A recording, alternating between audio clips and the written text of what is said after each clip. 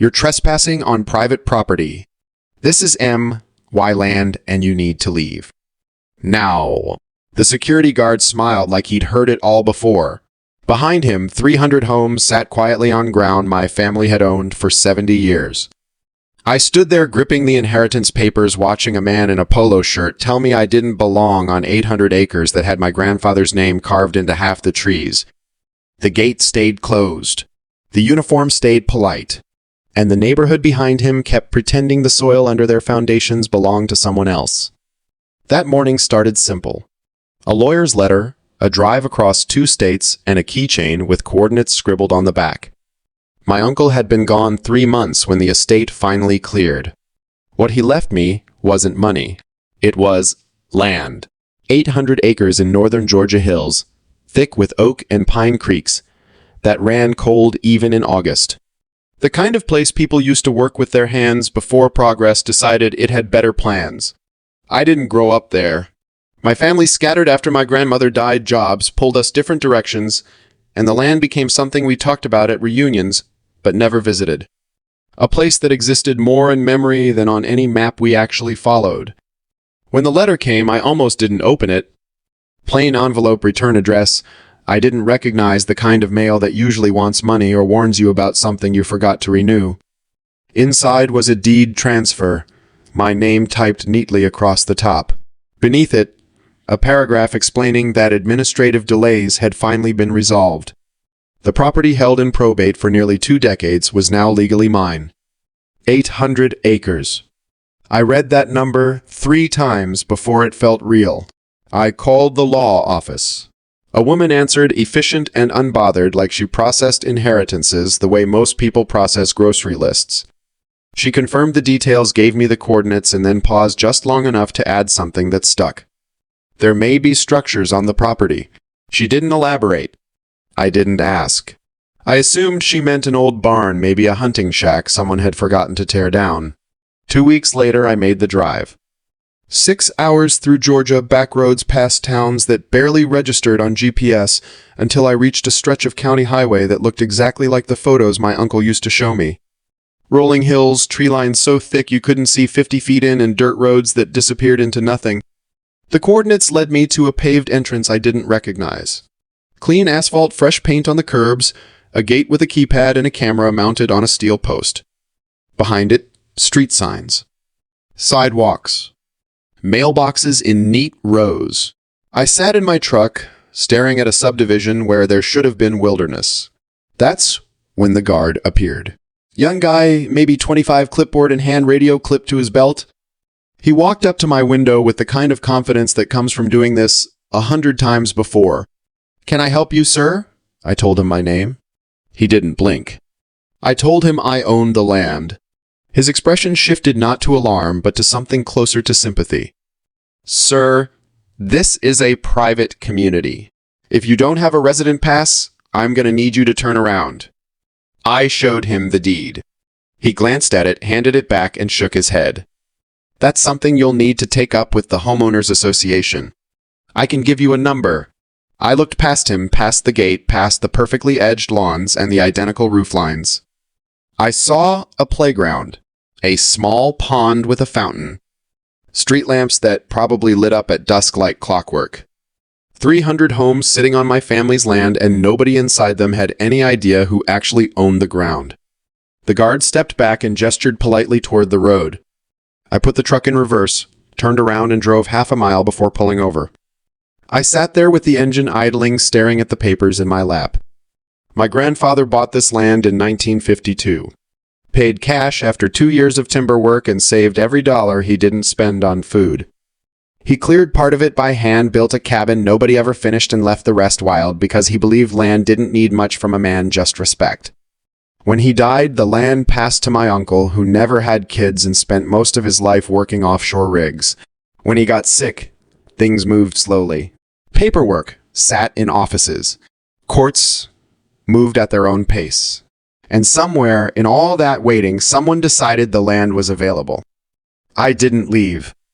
I drove the perimeter instead, following old fence lines. My grandfather had walked, stopping where the trees thinned enough to see rooftops in the distance.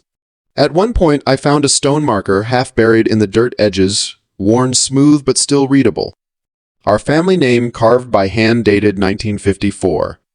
I took a picture of it, then kept driving. That night, I stayed in a motel 30 miles south and called the number the guard had given me. A recorded message thanked me for contacting the Ridgewood Homeowners Association and invited me to leave a message. I didn't. I hung up and stared at the ceiling, trying to make sense of how 800 acres could vanish under permits and pavement without anyone asking permission. The next morning, I got an email. Professional subject line, neutral tone, the kind of message designed to sound reasonable. The HOA board invited me to a clarifying meeting to discuss my concerns. They suggested the following Tuesday. I replied with one word. Confirmed. The meeting was held in a house I recognized immediately, not because I'd been inside, but because it sat higher than everything else. The biggest lot, the best view, the kind of placement that wasn't accidental. That was her house. The HOA president. She met me at the door with a handshake that felt rehearsed and a smile that didn't quite reach her eyes. We sat in a kitchen with windows that overlooked the entire subdivision. From where I sat, I could see streets branching out like veins, each one named after something that sounded natural but wasn't. Oak Ridge Lane, Pinecrest Drive, Willow Bend Court. She didn't waste time.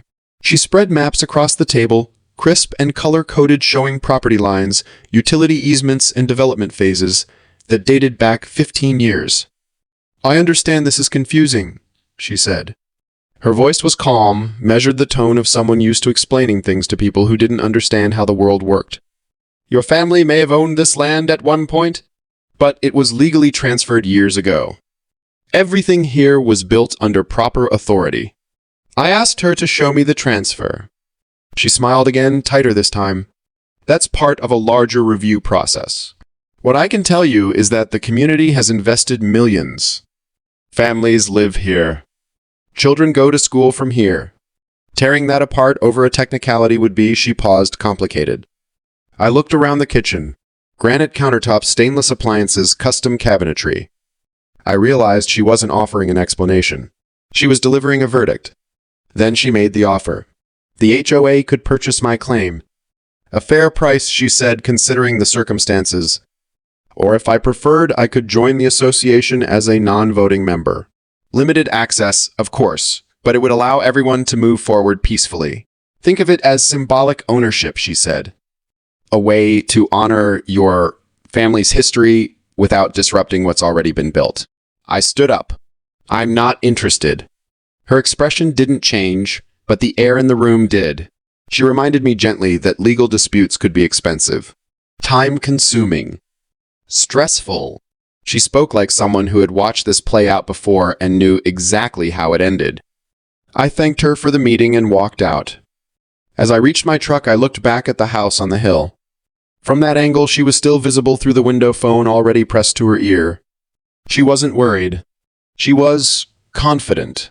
And that confidence, I realized, was the most dangerous thing I'd seen all day. Because when someone builds an empire on land they don't own and believes momentum will protect them, they're not wrong. They're just betting you won't have the patience to prove otherwise.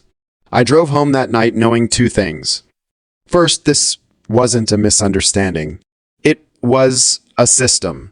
And second, I was about to find out exactly how far that system would go to protect itself. The letters started arriving the following Monday. 3 in 5 days.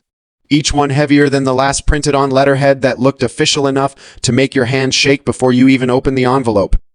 The first one thanked me for my anticipated cooperation and explained that a property review was underway. It didn't say who authorized the review. It didn't need to. The second letter arrived with numbers.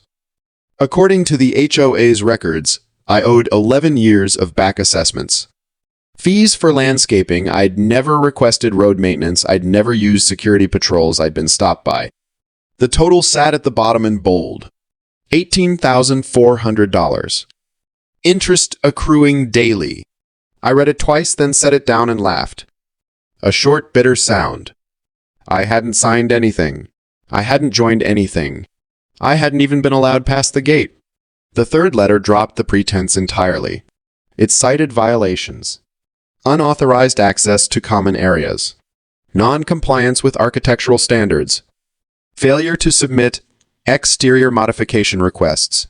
At the bottom in smaller print was the line that changed everything: failure to comply may result in enforcement procedures. Enforcement. Not a conversation. Not negotiation. Enforcement. I called the number listed. After 2 transfers, I reached a woman who introduced herself as a compliance coordinator. Her voice was pleasant, detached, like she was reading from a script she'd memorized years ago. "Our records show inclusion," she said. Inclusion in what I asked. The community. I never signed anything. That will be reviewed during the enforcement process. I hung up. That night, I started a binder. Every letter went in. Every envelope. I scanned everything, saved copies to 3 different drives, logged dates and sender information like I was building a case. Because I was. The language in the notices grew colder. They stopped pretending to be neighborly. One letter thanked me for my continued non-response. Another informed me that silence could be interpreted as consent. That one made my stomach turn. I realized then what they were doing. They weren't trying to convince me. They were building a paper trail.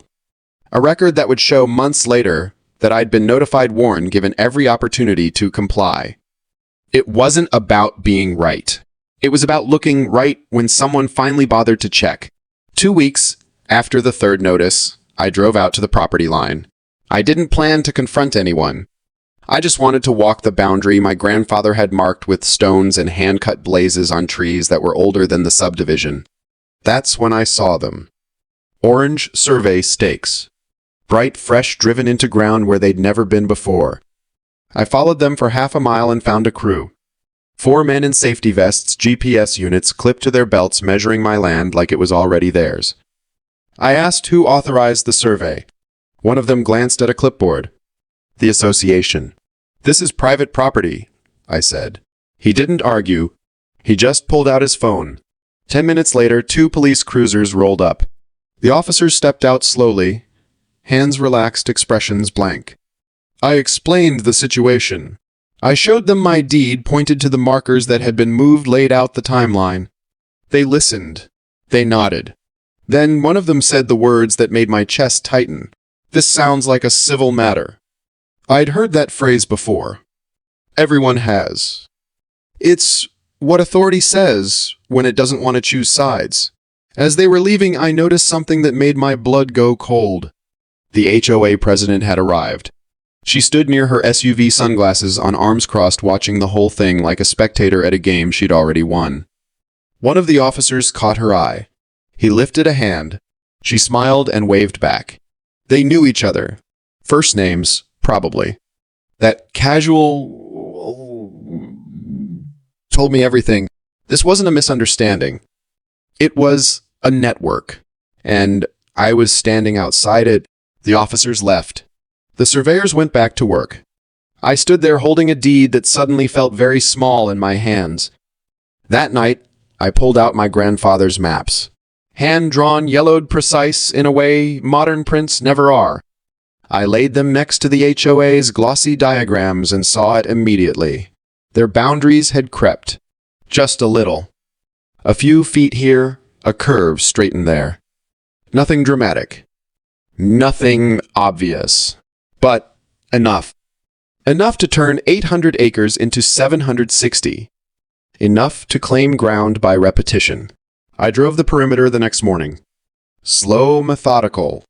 I found 4 more stakes that hadn't been there a month ago. I took pictures of every single one.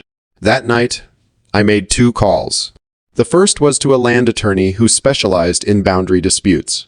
Someone who understood that when paper and ground don't agree, you need more than a lawyer. You need a historian. The second call was to a forensic surveyor. Not a company that did subdivisions, but a man who worked with archives, original plats, and records that predated satellites. Someone who understood that land doesn't lie. People do. When I hung up, I felt something shift. I wasn't reacting anymore.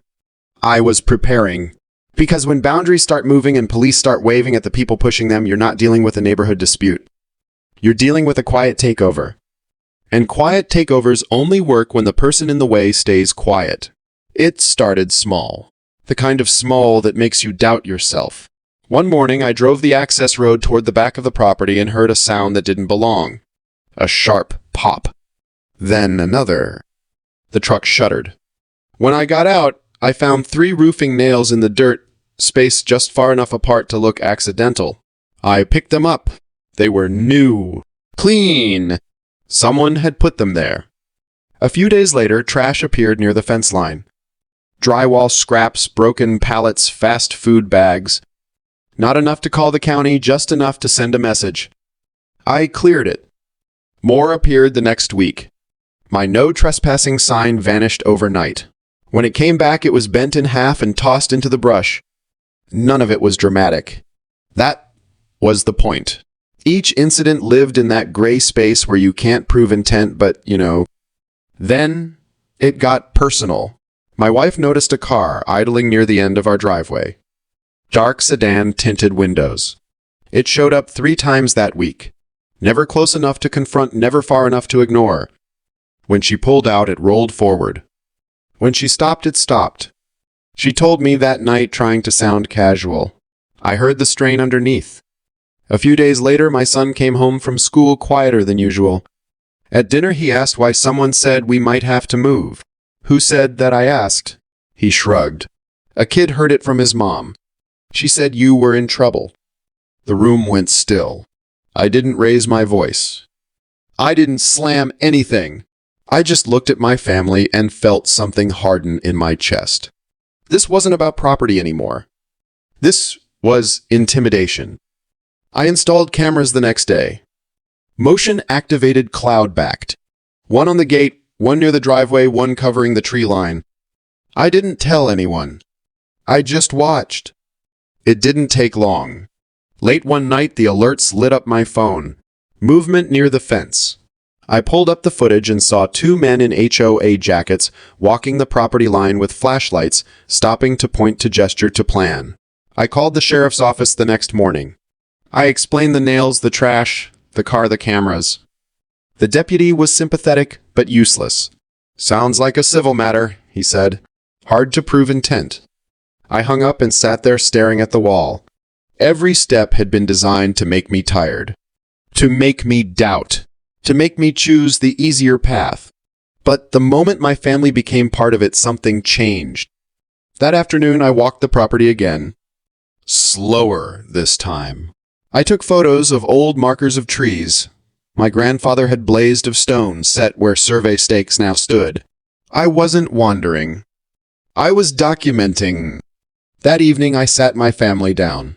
I told them there was a dispute, that it might get uncomfortable, that none of it was their fault.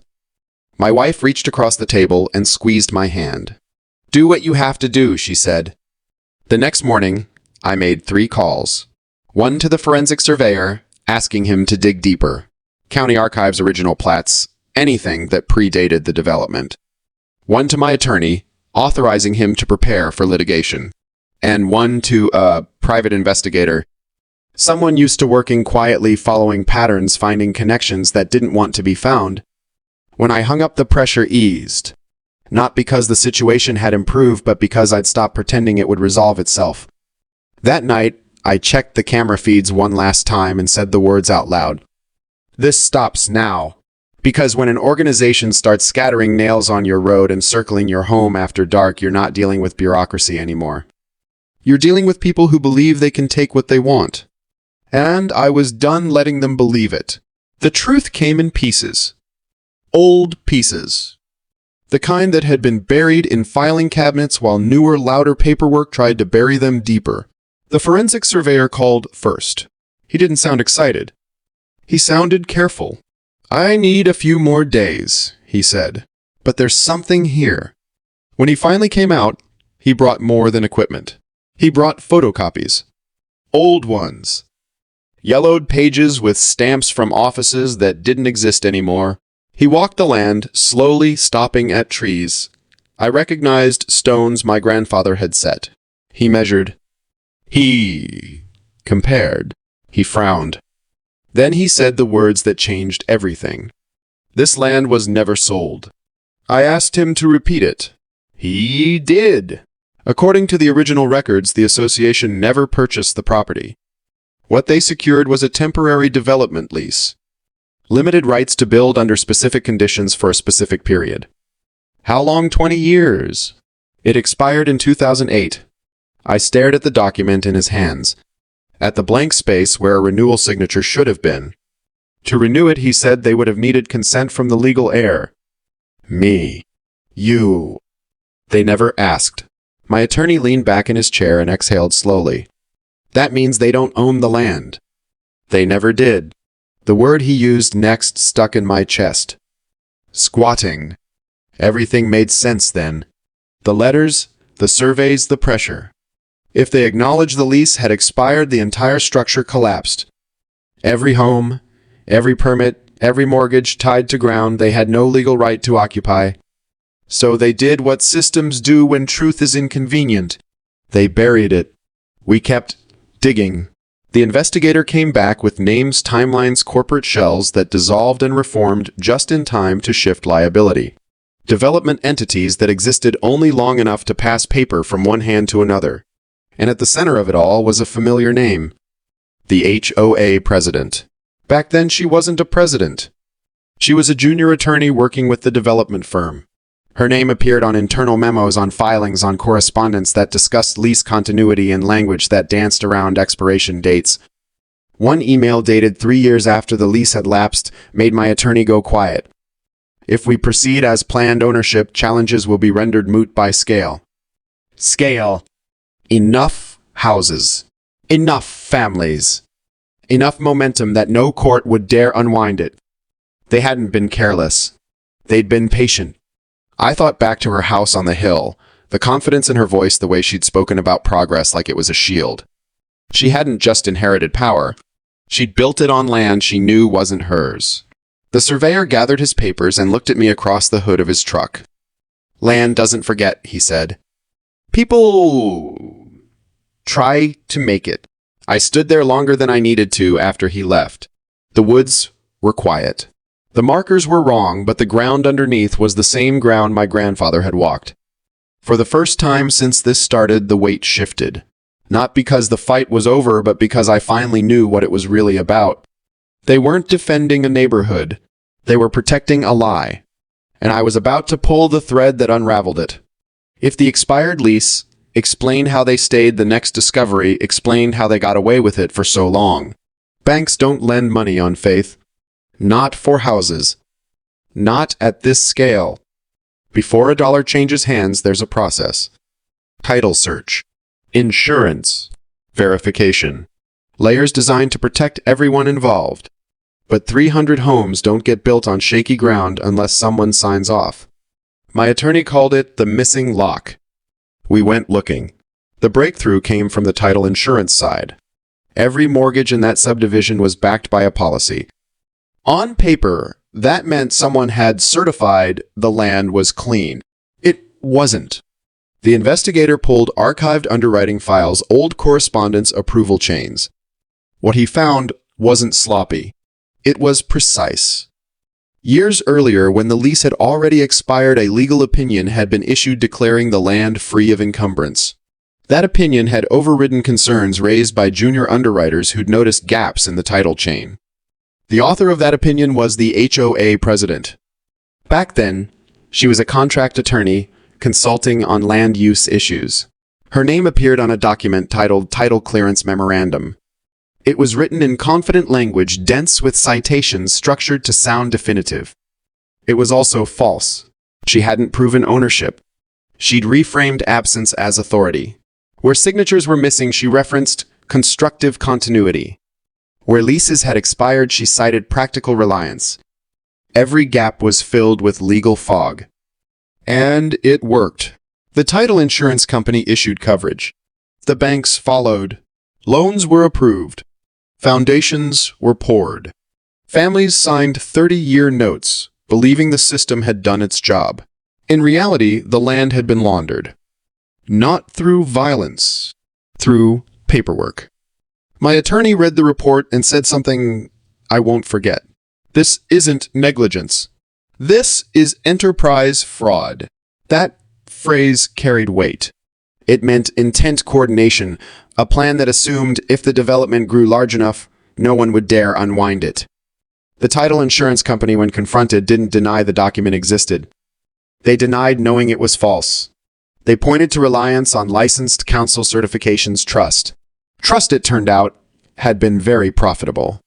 When the banks entered the conversation, they came with concern and pressure in equal measure. They wanted reassurance, stability, a path forward that didn't acknowledge how exposed they were. I showed them the opinion memo. I showed them the lease expiration. I showed them the email tying the attorney who cleared the title to the same person now running the HOA. The room went quiet. One banker asked what I intended to do. I'm establishing ownership, I said. What happens to your loans after that is up to you. He didn't like the answer, but he understood it. When the meeting ended, I sat in my truck for a long time, absorbing the scale of what had been done. This wasn't a mistake that spiraled. It was a structure designed to stand as long as no one looked too closely. The HOA president hadn't just moved into the best house on my land. She'd positioned herself at the center of a system that fed on certainty and punished doubt. Every letter, every stake, every threat rested on one assumption: that I'd blink first. But once I saw how the land had been laundered, I knew something she didn't. Systems like that don't collapse when you shout at them. They collapse when you document them.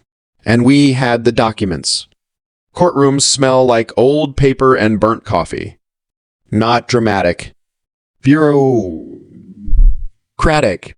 And that's what makes them dangerous. Because when something breaks in a place like that, it breaks quietly. We filed first. Clean, precise. A petition to establish title and quiet all competing claims.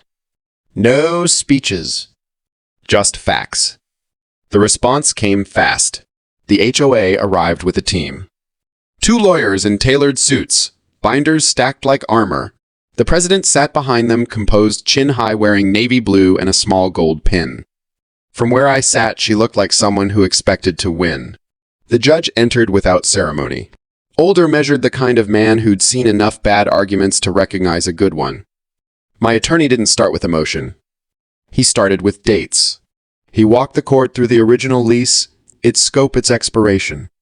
He showed the gap where a renewal should have been. He showed the absence of my signature. Then he placed the title insurance opinion on the table. Not theatrically, just set it there. The HOA's counsel objected. Hearsay. Interpretation. The judge overruled him without raising his voice. Let's see it. The document appeared on the screen. Dense paragraphs, confident language, legal citations that looked reassuring unless you were trained to question them. My attorney pointed to the signature block. The HOA president's name. The judge read silently. He didn't rush. He compared dates, flipped pages, read the lease again. The room grew still. Finally, the judge removed his glasses. He didn't look at me. He looked at the HOA's lead counsel. Counselor, he said evenly, are you aware that your client's entire subdivision is technically trespassing? The word hung there. Trespassing. The attorney opened his mouth, closed, tried again. He pivoted toward arguments about reliance, community harm, economic impact. The judge raised a hand. Answer the question. The attorney glanced back at the president. She was no longer smiling. No, Your Honor, he said. I was not aware.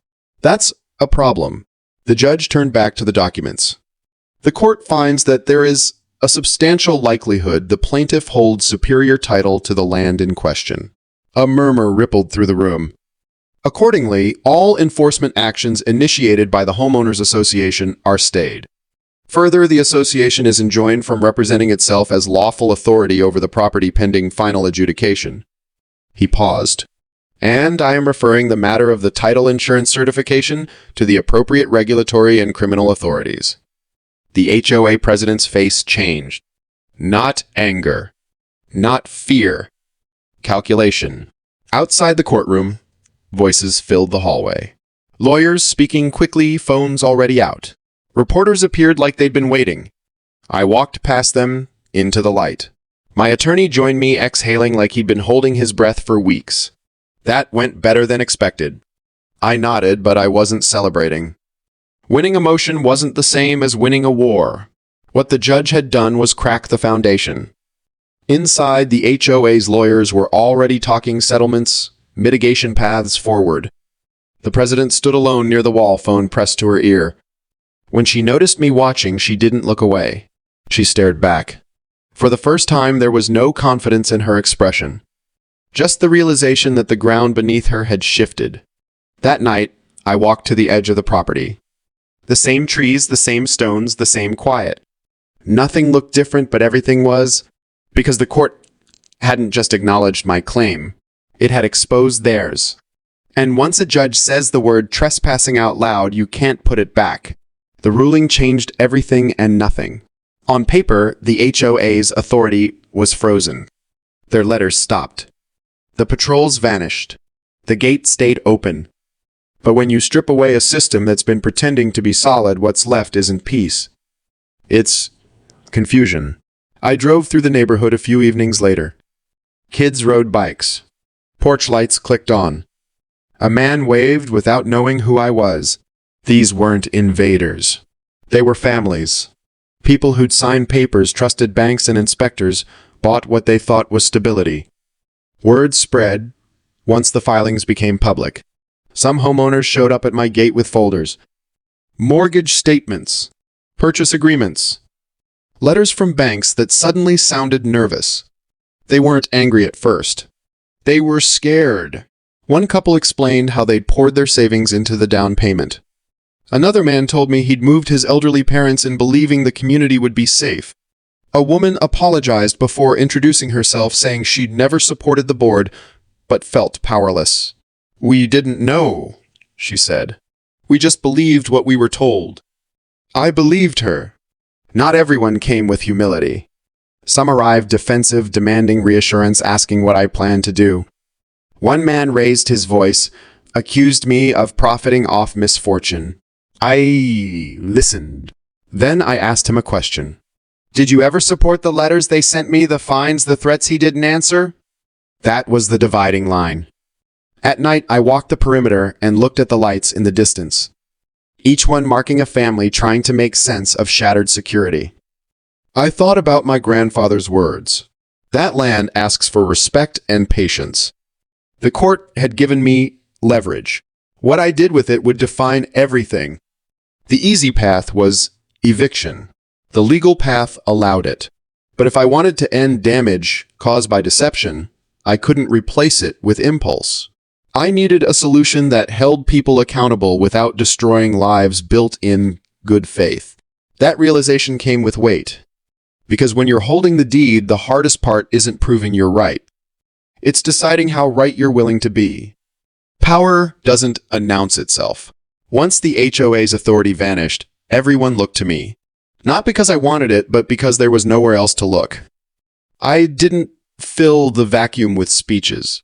I put something in writing. A framework? Every homeowner received the same notice. No threats. No jargon. Just facts. The land was mine. The HOA no longer had jurisdiction. No one was being evicted without cause. But from that moment forward, occupancy would be governed by lawful agreements. I offered long-term ground leases, 25 to 40 years, fixed terms, transparent conditions, no behavioral rules, no aesthetic controls, no committees dictating grass height or door colors, just land use. Pay your lease, respect your neighbor's stay. That was it. Some people were relieved. You could see it when they realized no one was measuring their fence or threatening them over trash cans. Others were suspicious. They'd lived under arbitrary authority so long, they didn't trust its absence. And then there were a few who didn't qualify. Former board members. The ones who'd signed enforcement letters whose names appeared in complaint logs and camera footage. The ones who'd helped turn pressure into a weapon. Their applications were denied. Not out of anger.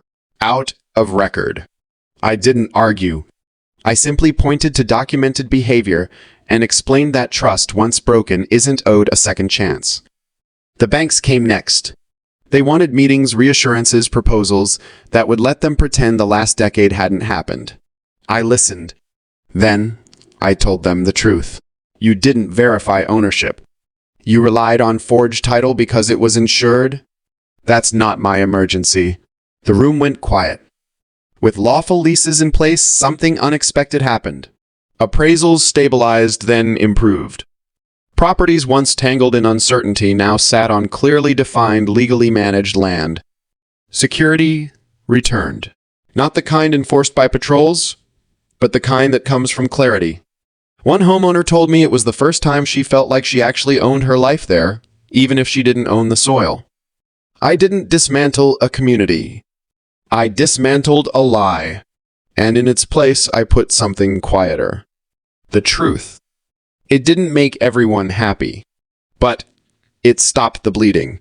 It gave people something solid to stand on. By the time the final court date approached, the outcome felt inevitable. The legal arguments were exhausted. The documents spoke for themselves. The only thing left was accountability. The final ruling was clear. The HOA was dissolved. Its authority voided retroactively. The land was confirmed as mine. And the fraud that held the structure together was no longer rumor. It was a finding. Assets were seized. The president's house on the hill went first, then accounts, then the consulting firm she'd used to funnel fees. What she'd collected quietly was taken back the same way. The court ordered restitution. Funds recovered were set aside for homeowners misled. It didn't make them whole. Nothing does.